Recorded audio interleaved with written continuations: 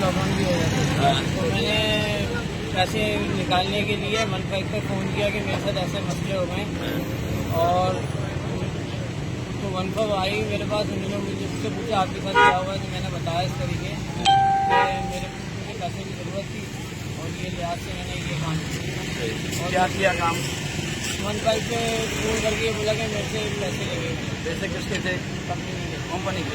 किस कहाँ देने थे? कंपनी कंपनी में जमा कराने थे? कहाँ से लिए थे? कंपनी से कंपनी से लिए फिर कहाँ जमा कराने थे? कंपनी में जब पार्सल लिए थे, हाँ। कंपनी में पैसे जमा कराने थे। फिर क्यों ये हरकत की? सर मेरे को घर में प्रॉब्लम थी पैसे निकाल के दो। टाइम पे।